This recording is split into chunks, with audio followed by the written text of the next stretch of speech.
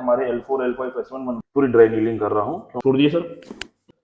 Very good, very good, very good, very good.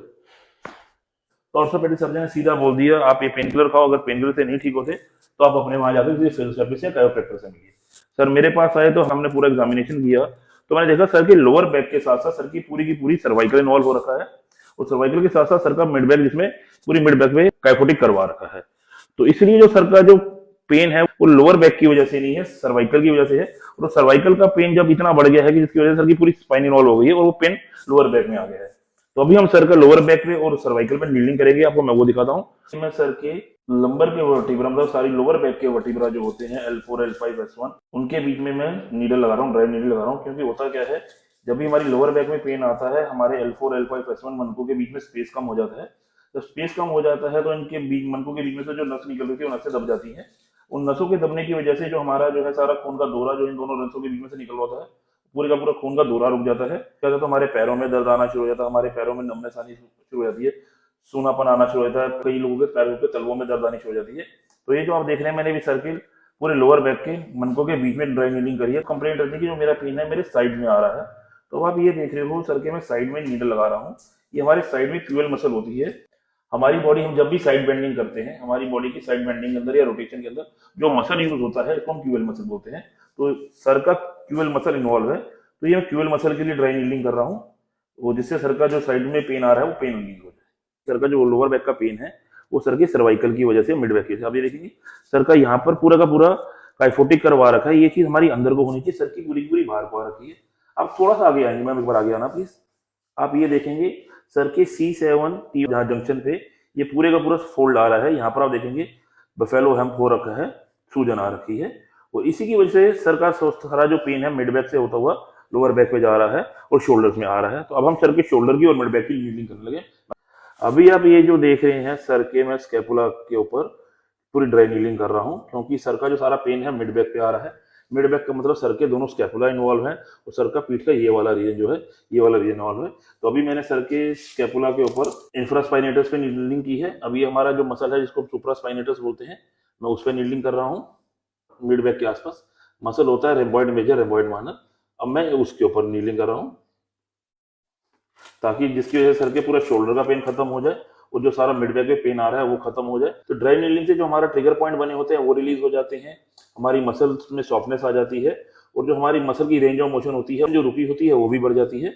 और जो क्या कहते हैं, बड़ी पतली बाल की इतनी सुइयां होती हैं, और आप देख लीजिए मैंने आपके सामने सर को लगाई, इसको लगाने से कोई पेन भी नहीं होता है। अभी आपने देखा हमने सर की ड्राई नीलिंग करी, लोअर बैक की और शोल्डर की और मिड बैक की और सर्वाइकल की। अब हम सर की पूरी होल स्पाइन की एडजस्टमेंट करने लगे हैं। ये मैं सबसे पहले सर के एंकल की एडजस्टमेंट कर रहा हूँ। सर लंबी सांस लीजिएगा, छोड़ दीजिए सर, वेरी गुड। ये मैं दूसरे एंकल की एडजस्टमेंट कर रहा हूँ। सर लंबी सांस लीजिएगा, छोड़ दीजिए सर, वेरी गुड।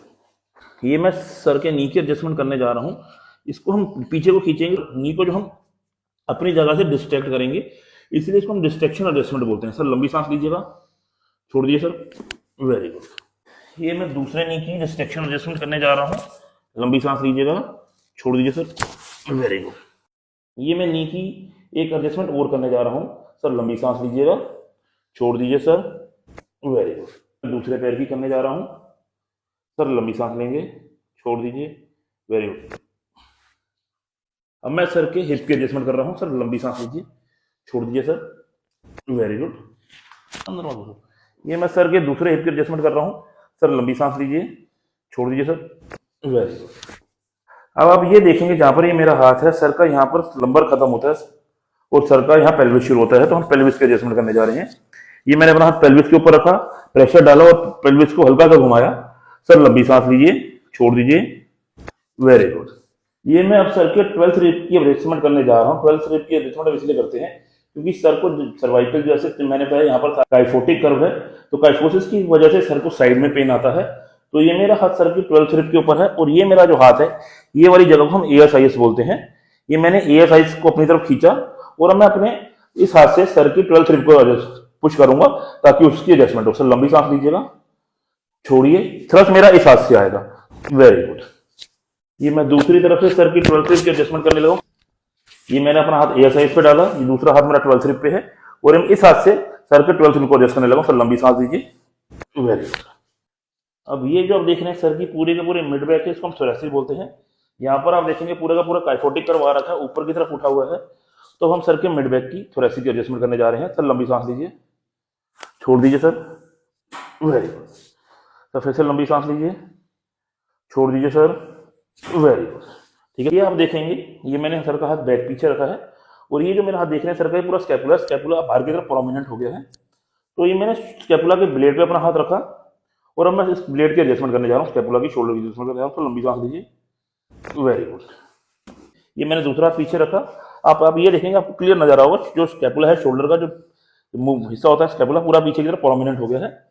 ये मैंने स्कैपुला की ब्लेड पे अपना हाथ रखा, और ये मैं इसको थ्रस्ट देने जा रहा हूँ, वेरी गुड। ये जो आप देख रहे हैं ये हमारा C7 T1 जंक्शन होता है, जहाँ सर्वाइकल खत्म होता है, थोरेसिक शुरू होता है। यहाँ पर मैंने बताया था सर के यहाँ पर आप देखेंगे सूजन भी है, बफेलो हम्प भी है। तो मैं इसकी एडजस्टमेंट, तो मैं सर के यहाँ पर इसकी एडजस्टमेंट करने लगा हूँ। सर लंबी सांस लीजिएगा, ये मैं दूसरी तरफ से एडजस्टमेंट कर रहा हूँ, वेरी गुड। छोड़ो। ये अब हम सर के सर्वाइकल की एडजस्टमेंट करने लगे हैं, गर्दन की एडजस्टमेंट करें। सर बिल्कुल ढीला छोड़िएगा,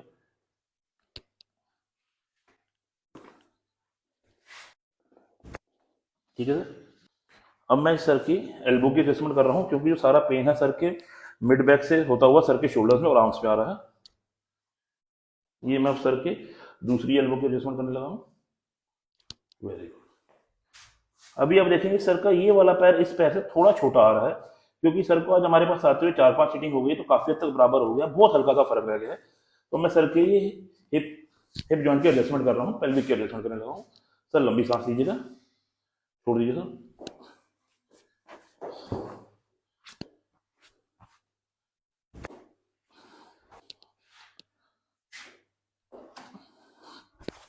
बिल्कुल ढीला छोड़िएगा सर।